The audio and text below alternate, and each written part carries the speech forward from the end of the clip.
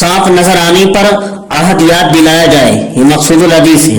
हजरत Abdurrahman बिन अबू लैला से रिवायत है कि अबू लैला ने बयान किया कि रसूल अकरम सल्लल्लाहु अलैहि वसल्लम ने इरशाद फरमाया, जब घर में सांप जाहिर हो तो उससे कहो कि हम तुझसे हजरत नूह अलैहिस्सलाम के आहद और हजरत सुलेमान बिन दाऊद के आहद के वास्ते से सवाल करते हैं कि तू हमको तकलीफ मत दे, अगर फिर भी नजर आए तो उसको कत्ल कर दो।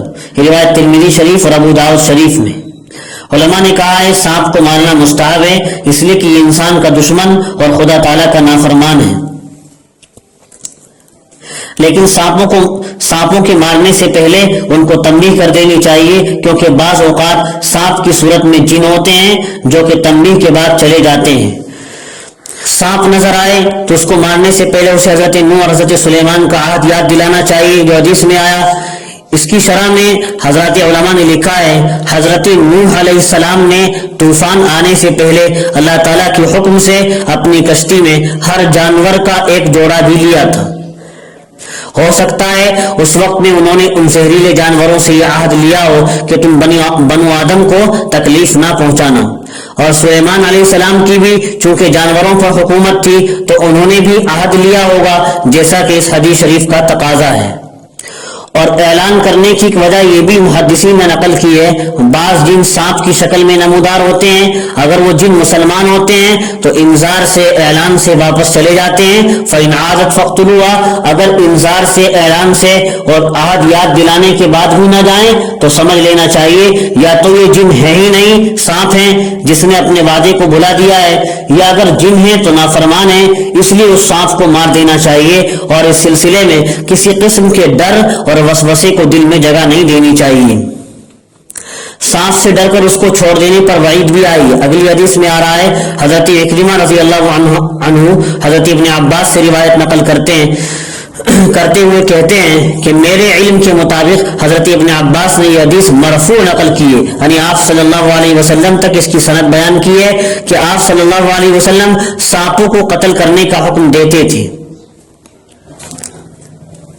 और आप सल्लल्लाहु अलैहि वसल्लम ने इरशाद फरमाया, जो शख्स इस खौफ से सांप को छोड़ दे कि सांप हमसे बदला लेगा वो हम में से नहीं है। रिवायत शरह सुन्ना में है।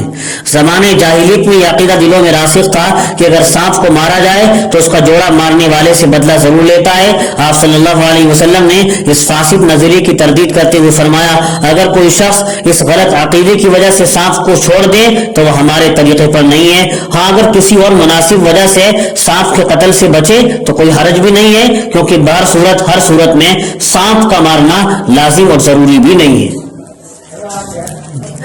और अगली हदीस में आ रहा है, हज़रत अब्दुल्ला इब्न मसऊद रज़ी अल्लाहु अन्हु से रिवायत है, सांपों को मारने का हुक्म इस हदीस में भी कि बिलाशुबा अल्लाह के रसूल सल्लल्लाहु अलैहि वसल्लम ने फरमाया, तमाम किस्म के सांपों को मार दिया करो।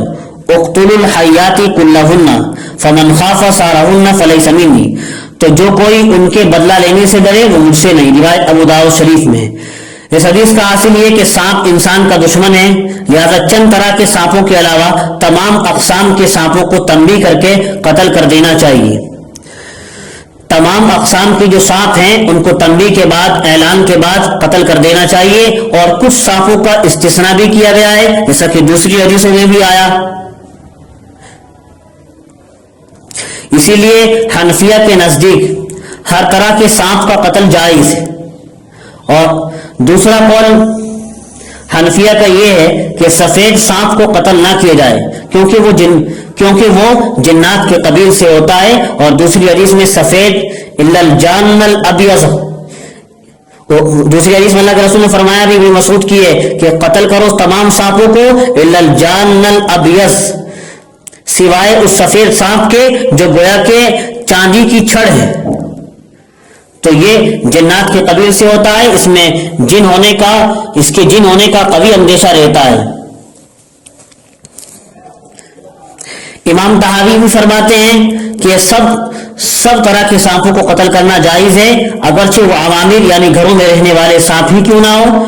लेकिन जिन सांपों के बारे में इस बात का अंदेशा हो कि जिन हो सकते हैं, उनको कत्ल ना करना बेहतर है, ताकि किसी किस्म का नुकसान ना पहुंचे। اور بعض علماء کہتے ہیں کہ گھروں میں رہنے والے سانپوں کو بغیر انذار کے قتل کرنا جائز نہیں ہے، ان کو پہلے اعلان کر دیا جائے کہ اگر تم جنات ہو تو چلے جاؤ، اور ان کو عہد یاد دلایا جائے نوح علیہ السلام کا اور سلیمان بن داؤد علیہ السلام کا۔ تو ان کاموں کے کرنے کے بعد، انذار اور اعلان کے بعد، اب جو نہ جائے اس کو قتل کرنا جائز ہے، اور بغیر انذار اور بغیر اعلان کے قتل کرنا جائز نہیں ہے۔ اوجز المسالک میں حضرت شیخ زکریا نور اللہ عمرہ نے یہ تمام اقوال نقل فرمائے ہیں۔